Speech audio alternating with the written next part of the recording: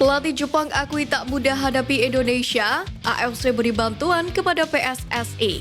Fakta timnas Indonesia ada lolos ke babak 16 besar. Sebagai informasi selengkapnya sebagai berikut.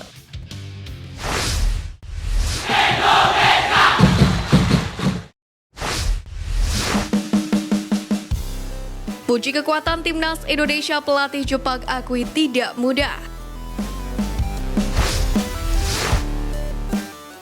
Menghadapi timnas Indonesia di laga hidup mati penyisian grup D Piala Asia 2023, membuat pelatih Jepang Hajime Moriyasu tak bisa menyembunyikan kekagumannya.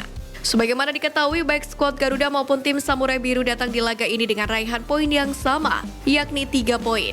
Poin serupa didapatkan kala sama-sama mengalahkan Vietnam. Satu hal yang membanggakan ketika timnas Indonesia sudah bersaing dengan negara sekelas Jepang yang merupakan laga dan Piala Dunia. Terbukti dari hasil laga yang telah terjadi. Hajime Moriyasu menganggap timnas Indonesia bukan merupakan lawan yang pantas diremehkan, kendati memiliki ranking FIFA paling rendah. Saya rasa semua grup itu sulit, tapi menurut saya kami berada di grup yang sangat sulit. Banyak pelatih dari negara lawan yang tahu banyak tentang Jepang. Ujar Hajime Moriyasu dikutip dari media asal Jepang Soccer King. Menariknya, Hajime Moriyasu sampai harus melakukan analisis khusus lantaran harus menghadapi strategi yang diterapkan Sintayong.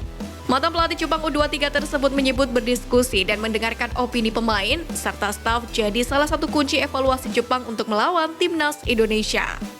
Sementara itu, Sintayong sendiri menilai bahwa terlepas dari hasil laga kali ini, pelatih asal Korea Selatan tersebut menginginkan adanya peningkatan Liga 1 layaknya Liga Thailand yang membuat skuad Gajah Perang mampu bersaing di kancah Asia. Pesan kritis Sintayong tidak hanya mencerminkan keinginan untuk keberhasilan timnas Indonesia, tapi juga sebagai panggilan untuk perbaikan dalam sepak bola domestik.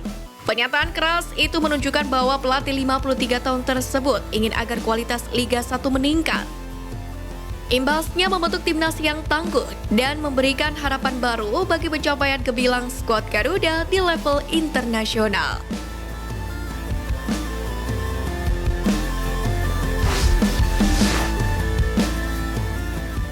Fakta timnas Indonesia Anda lolos ke babak 16 besar.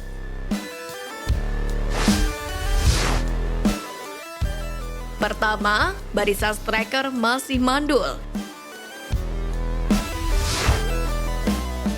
Timnas Indonesia menyertakan sejumlah bomber berjuang di Piala Asia 2023. Di antaranya ialah Dendi Sulistiawan dan Dimas Derajat.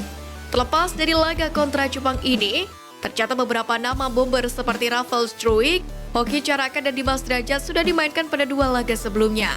Hanya saja ketajaman striker masih menjadi masalah utama skuad Garuda saat ini.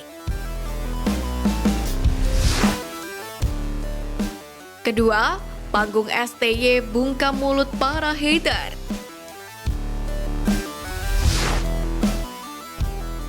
Sejatinya selain hasil laga kali ini, skuad Garuda tetap memiliki peluang lolos ke babak 16 besar jika di laga lain Yordania mampu pestakul ke gawang Bahrain dan Oman tidak menang dari Kirgistan.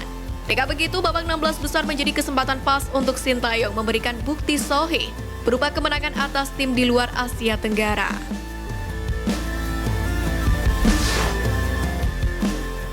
Ketiga, sejarah baru.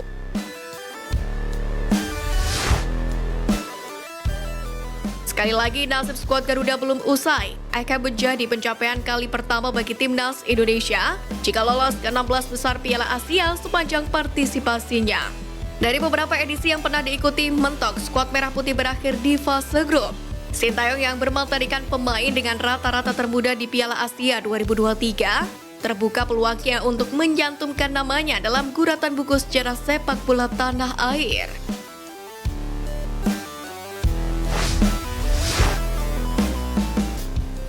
AFC beri bantuan menggelegar kontrak STY dituntut diperpanjang.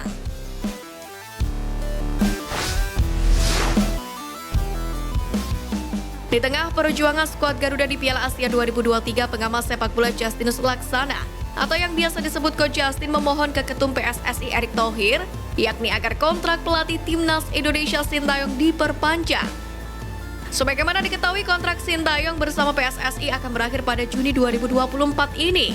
Nasib pelatih asal Korea Selatan itu bersama timnas Indonesia sendiri akan dibahas setelah Piala Asia U23 2024 dan laga terakhir kualifikasi Piala Dunia 2026 pada Juni 2024. Melalui media sosialnya, Coach Justin berharap Sintayong mendapatkan perpanjangan kontrak terlepas dari hasil Piala Asia 2023. Dalam pandangannya, Coach Justin menilai Sintayong telah bekerja sangat baik di timnas Indonesia.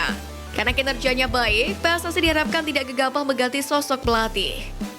Karena saya melihat banyak sekali progres yang dilakukan dengan segala keterbatasan. Jadi untuk semua pihak jadi lebih tenang bekerja sehingga kontrak lebih jelas dengan memperpanjang kontrak Sintayong. Terima kasih Pak Erik, ujar Coach Justin. Tentu statement yang dikeluarkan mantan pelatih futsal timnas Indonesia tersebut bukan tanpa alasan. Sebab Sintayong sendiri telah membangun roadmap perkembangan skuad Garuda mulai dari regenerasi pemain muda hingga menciptakan sepak bola tanah air ke era modern. Terbukti salah satu permintaan Sintayong telah dituruti oleh PSSI yakni adanya pembangunan training center. Pembangunan pusat latihan timnas Indonesia tersebut terletak di Ibu Kota Nusantara atau IKN yang menjadi bukti kepedulian Konfederasi terhadap Indonesia. Bahkan Ketum PSSI Erick Thohir mengaku Konfederasi Sepak Bola Asia atau AFC pun ikut memberi sumbangan yakni sebesar 1 juta dolar Amerika Serikat atau setara 15,629 rupiah, yakni untuk mendukung perkembangan sepak bola tanah air tersebut.